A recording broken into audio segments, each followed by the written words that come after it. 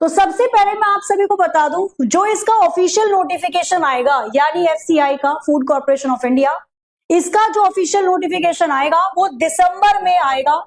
दिसंबर 2024 यानी कि दिसंबर के मिड के अंदर आपको इसका नोटिफिकेशन देखने को मिल सकता है। साथ ही अगर हम बात करते हैं इसकी एग्जाम डेट कब तक जाएगी, तो इसकी एग्जाम डेट जनवरी फरवरी के आसपास तक जाएगी। अब चलते हैं थोड़ा सा आगे।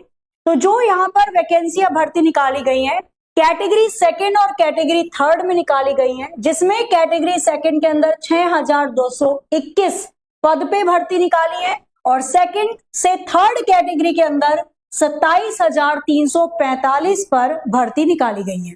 कुल मिलाकर 33,566 भर्ती फूड कॉर्पोरेशन ऑफ इंडिया भारतीय खाद्य विभाग में निकाली गई है। अब आता है इसका क्या सा सिलेक्शन प्रोसेस होता है, मतलब किस तरीके से आप कौन कौन से फेज से गुजर कर जाओगे कि लास्ट में आपको ज्वाइनिंग लेटर मिल जाएगा या सिलेक्शन होगा। सबसे पहले इसमें होगा सीबीटी यानी कि कंप्यूटर बेस्ड टेस्ट, उसके बाद इंटरव्यू। अच्छा, इंटरव्यू सभी पोस्ट के लिए नहीं है, कुछ चुनिंदा पोस्ट पे इंटरव्यू है, बाकी पहला पेपर यानी कि सीबीटी सभी में है और उसके बाद डॉक्यूमेंट वेरिफिकेशन है। कुछ ऐसी पोस्ट है क्लर्क की जिसके अंदर टाइपिंग भी मांगा गया है और कुछ ऐसी पोस्ट हैं जो ग्रेजुएशन लेवल की है, उसमें 2 एग्जाम भी होंगे, सीबीटी 1 सीबीटी, मतलब 2 एग्जाम साथ में होंगे और फिर आपका होगा यहाँ पे डॉक्यूमेंट वेरिफिकेशन। तो ऐसा नहीं इंटरव्यू लिखा है तो ये सारी पोस्ट के लिए नहीं, कुछ पोस्ट में इंटरव्यू होगा, अदरवाइज आपका केवल एक पेपर है सीबीटी और उसके बाद डॉक्यूमेंट वेरिफिकेशन है। ठीक है, आगे चलते हैं। पोस्ट कौन कौन सी और क्या क्या आयु इसके अंदर मांगी गई है। तो मैनेजर की पोस्ट के लिए 28 वर्ष आयु होनी चाहिए जनरल के हिसाब से, ठीक है, बाकी छूट है SC ST वालों में और ओबीसी में। मैनेजर हिंदी के लिए जो पोस्ट निकाली गई है 35 वर्ष तक आयु मांगी गई है। जूनियर इंजीनियर के लिए 25 वर्ष की आयु, स्टेनो ग्रेड सेकंड के लिए 25 वर्ष की आयु, हिंदी टाइपिस्ट के लिए 25 वर्ष की आयु, वॉचमैन के लिए 25 वर्ष की आयु, एफसीआई असिस्टेंट ग्रेड थर्ड के लिए 27 वर्ष और असिस्टेंट ग्रेड थर्ड हिंदी के लिए 28 वर्ष आयु पोस्ट वाइज मांगी गई। इसके बाद आगे चलते हैं तो किस पोस्ट के लिए क्या एजुकेशन क्वालिफिकेशन मांगा गया है। सबसे पहले मैनेजर की बात कर लेते हैं। ग्रेजुएशन डिग्री आपके पास है किसी भी यूनिवर्सिटी की, कम से कम 60% नंबर के साथ, 60% आपका ओवरऑल किसी भी ग्रेजुएशन में आपने कर रखा है और 60% बनी है तो आप इस फॉर्म को भर सकते हो मैनेजर की पोस्ट के लिए। और अगर आप SC ST या PH कैटेगरी में है तो 55% मांगे गए। वहीं अगर मैं हिंदी मैनेजर में बात करती हूं तो मास्टर डिग्री होनी चाहिए आपके पास किसी भी यूनिवर्सिटी की जो कि हिंदी या फिर इंग्लिश एज पर सब्जेक्ट हो, डिग्री लेवल, मतलब ऐसी यूनिवर्सिटी से आपने मास्टर डिग्री ले रखी हो जिसके अंदर पर्टिकुलर आपका सब्जेक्ट हिंदी एंड इंग्लिश हो। इसके बाद जूनियर इंजीनियरिंग की अगर मैं बात करती हूँ एजुकेशन क्वालिफिकेशन, तो ग्रेजुएशन हो या फिर डिप्लोमा किया हो सिविल इंजीनियरिंग में, इलेक्ट्रिकल इंजीनियरिंग में, मैकेनिकल इंजीनियरिंग में, किसी भी यूनिवर्सिटी में और 1 साल का आपको रेलिवेंट एक्सपीरियंस है तो यहाँ पे फॉर्म फिल कर सकते हो आप जूनियर इंजीनियर का। ठीक है, आगे आ जाओ। स्टेनो ग्रेड सेकंड की जो एजुकेशन क्वालिफिकेशन मांगी गई है, योग्यता जो मांगी गई है यहाँ पे शैक्षणिक, इसमें ग्रेजुएशन हो आपके साथ विद O लेवल क्वालिफिकेशन। जैसे CCCC होता है ना, ऐसे O लेवल होता है। CCC 3 महीने का कोर्स होता है, O लेवल 1 साल का कोर्स होता है।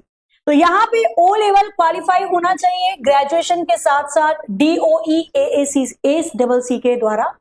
और आपकी typing speed 40 word minute and 80 पर minute in typing, short handed होना चाहिए या फिर और का मतलब या फिर डिग्री होनी चाहिए आपके अंदर कंप्यूटर साइंस में, या तो आपने किसी भी स्ट्रीम से ग्रेजुएशन कर रखी है और O लेवल का सर्टिफिकेट है, या फिर आपने डिग्री ले रखी है कंप्यूटर साइंस या कंप्यूटर एप्लीकेशन से।